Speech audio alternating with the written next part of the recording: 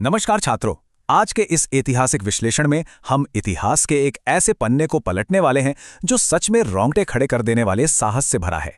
देखिए, जब भी थार के रेगिस्तान का जिक्र होता है तो अक्सर हमारे दिमाग में सिर्फ रेत के बड़े बड़े टीले और गर्म हवाएं ही आती हैं, है ना? लेकिन आज हम इसे एक बिल्कुल अलग नजरिए से देखेंगे। ये रेगिस्तान सिर्फ रेत का मैदान नहीं है, बल्कि ये एक ऐसा ऐतिहासिक रंगमंच है जहां की रानियों ने सिर्फ रेशम के कपड़े नहीं पहने, बल्कि जरूरत पड़ने पर तलवारें उठाईं और अपना इतिहास खुद लिखा। तो चलिए गहराई से समझते हैं उन वीरांगनाओं की कहानियां जिनके नाम से कभी दुश्मन भी कांप उठते थे।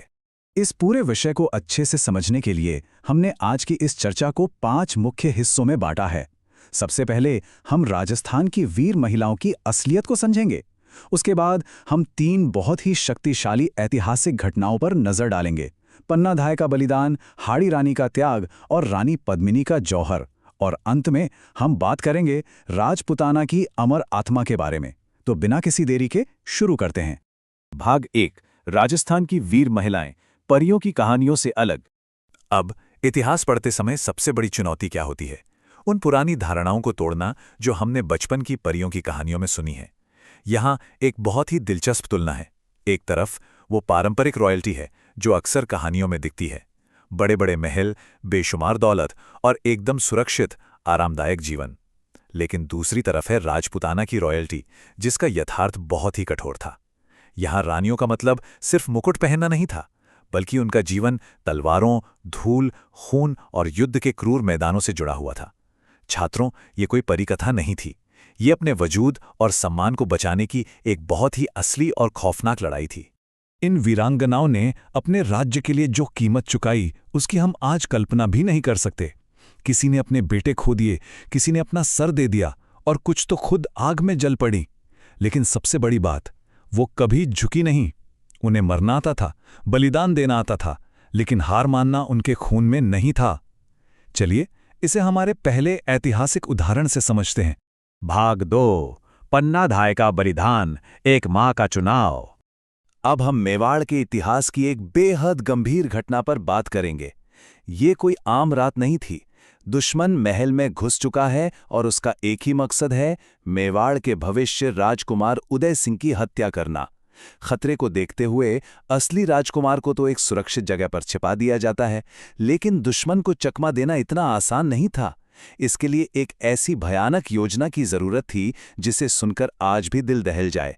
पन्ना धाय, जो राजकुमार की देखभाल करती थी, उन्होंने अपने ही सगे बेटे को उस शाही बिस्तर पर सुला दिया। वो अच्छी तरह जानती थीं कि उस बिस्तर पर जो भी होगा उसकी मौत पक्की है। जरा सोचिए इस अकल्पनीय फैसले के बारे में। इस फैसले की कीमत बहुत भारी थी। पन्ना धाय ने अपनी ही आंखों के सामने अपने जिगर की टुकड़े की बलि दे दी। उस रात एक मां बहुत रोई होगी, उसका दिल पूरी तरह से टूट गया होगा। लेकिन उस एक व्यक्तिगत नुकसान की वजह से मेवाड़ का पूरा साम्राज्य और उसका भविष्य हमेशा के लिए बच गया। ये हमें सोचने पर मजबूर करता है कि एक इंसान अपने राज्य की रक्षा के लिए किस हद तक जा सकता है। पन्ना धाय के इस बलिदान को देखने के बाद एक बहुत ही गहरा सवाल उठता है। जब एक योद्धा युद्ध के मैदान में उतरता है तो वो सांसारिक मोह माया, खासकर अपने परिवार के प्यार से खुद को कैसे अलग करता है? क्या हो अगर वो प्यार युद्ध के बीच में आ जाए? भाग 3, हाड़ी रानी का त्याग, परम विच्छेद। इस मनोवैज्ञानिक कश्मकश को समझने के लिए आइए इस दृश्य की कल्पना करते हैं। एक नवविवाहित रानी है, शादी को अभी कुछ ही दिन हुए हैं, और तभी युद्ध का बिगुल बज उठता है। पति रतन सिंह युद्ध के लिए निकल तो रहे हैं, लेकिन उनका मन अपनी नई रानी के प्यार में ही अटका हुआ है। उनका ध्यान रणभूमि में नहीं, बल्कि महल की दीवारों के अंदर ही रह गया था। अब एक सेनापति के लिए यह स्थिति कितनी खतरनाक हो सकती है, ये हम सब समझ सकते हैं। और फिर जब हाड़ी रानी को ये एहसास हुआ कि उनका प्यार उनके पति के कर्तव्य के रास्ते में एक रुकावट बन रहा है, तो उन्होंने जो किया, उसने इतिहास को हमेशा के लिए स्तब्ध कर दिया। ताकि उनके पति बिना किसी मोह के पूरी तरह से युद्ध पर ध्यान दे सकें, हाड़ी रानी ने अपना ही सिर काटा और उसे एक थाल में सजाकर अपने पति के पास भिजवा दिया। ये कोई आम घटना नहीं है। ये मोह को खत्म करने और अपने कर्तव्य के लिए खुद को पूरी तरह मिटा देने का एक ऐसा खौफनाक कृत्य था जिसकी मिसाल मिलना मुश्किल है।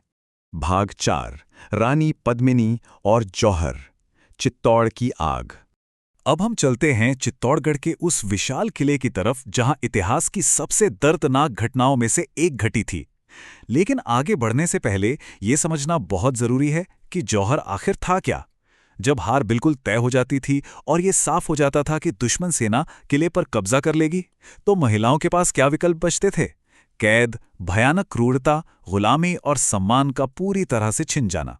इन सब से बचने के लिए महिलाएं अपनी मर्जी से एक विशाल अग्निकुंड में कूदकर सामूहिक आत्मदाह कर लेती थीं। इसी ऐतिहासिक कृत्य को जौहर कहा जाता है। चित्तौड़ में जहां इस जौहर की आग आज भी इतिहास में महसूस की जा सकती है, रानी पद्मिनी और उनके साथ मौजूद हजारों महिलाओं ने यही अकल्पनीय फैसला लिया। हार सामने खड़ी थी और दुश्मन की कैद मौत से भी बदतर एक डरावना सच थी। इसलिए उन्होंने अपमान की जिंदगी जीने से कहीं बेहतर पूरे सम्मान के साथ मौत को गले लगाना चुना।